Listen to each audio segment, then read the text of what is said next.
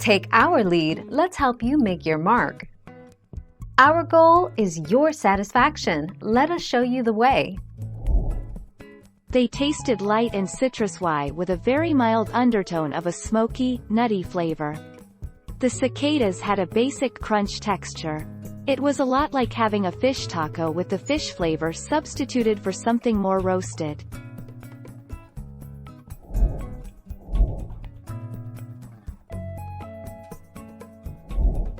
Take our lead. With trillions of cicadas flying around, some people have decided to eat the insects. Cicadas are rich in protein, and eating them is better for the environment compared to factory farming. It's important to clean the insects properly before eating them. Visit Insider's homepage for more stories.